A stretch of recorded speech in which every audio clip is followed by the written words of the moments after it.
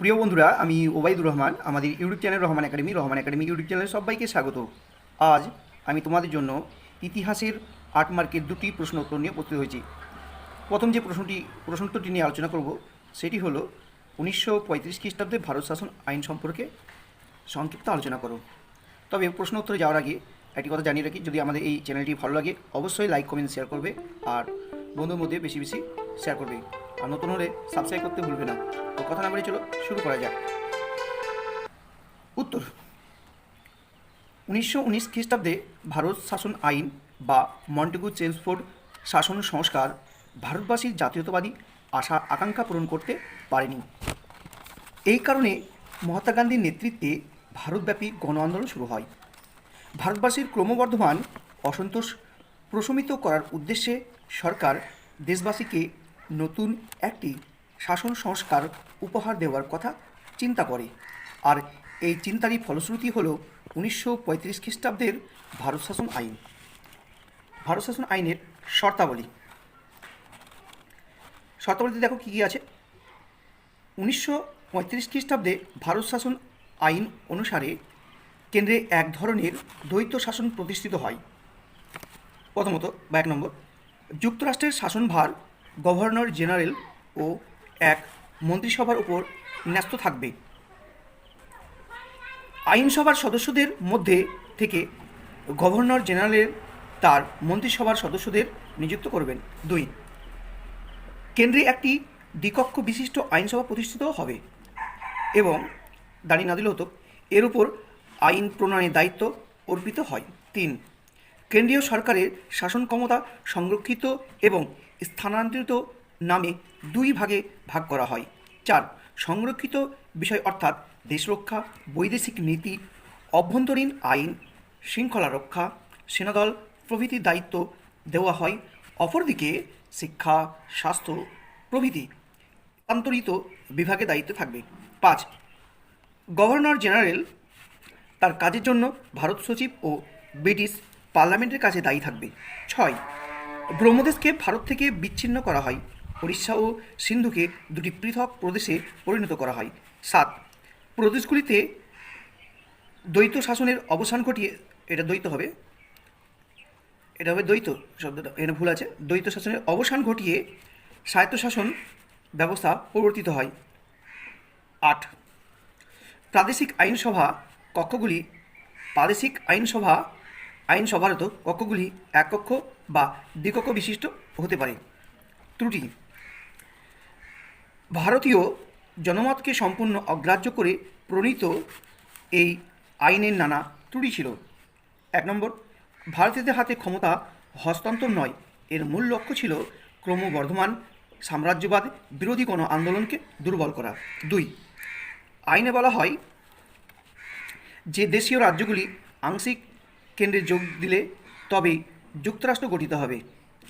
বলা বাহুল্য, প্রয়োজনীয় সংখ্যক দেশীয় রাজ্য এতে যোগদান করেনি। 3, এই ব্যবস্থায় ভারতীয় প্রদেশগুলিকে কেন্দ্রকে ব্রিটিশ রাজ্যের প্রতিনিধি গভর্নর জেনারেলের অধীনে আনা হয়।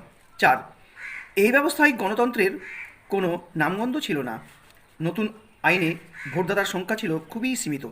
5, এই আইনে দেশবাসীকে ক্ষমতা প্রদানী বন্ধ অপেক্ষা মান্যতা নিয়ন্ত্রণের অধিকাংশে আধিক্যই পরিলক্ষিত হয়।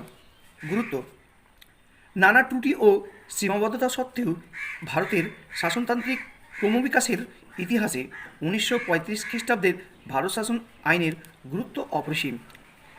এই আইন স্বাধীন ভারতের যুক্তরাষ্ট্রীয় ও দায়িত্বশীল শাসন ব্যবস্থার ভিত্তি রচনা করে।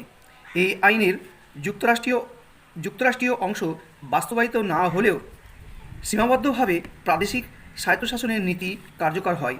এর ফলে প্রদেশগুলিতে দায়িত্বশীল শাসন ব্যবস্থা গড়ে ওঠে।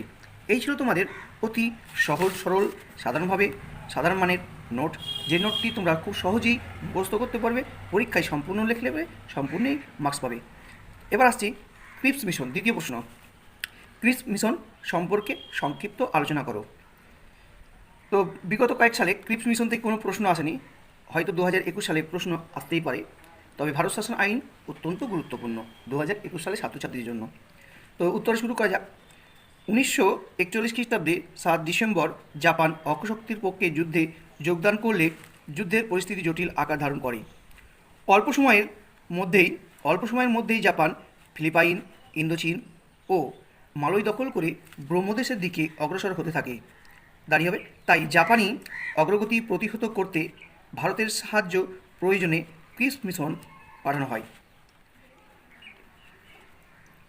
1 কংগ্রেস ও হিন্দু সমর্থন লাভের জন্য এই মিশন পাঠানো হয়। 2 এই সময় ব্রিটেনের বিজ্ঞদের মধ্যেই এই ধারণা প্রবল হয় যে নিজ সাম্রাজ্যবাদী স্বার্থেই ব্রিটেন ভারতীয় সমস্যা সমাধানে আগ্রহী হয়।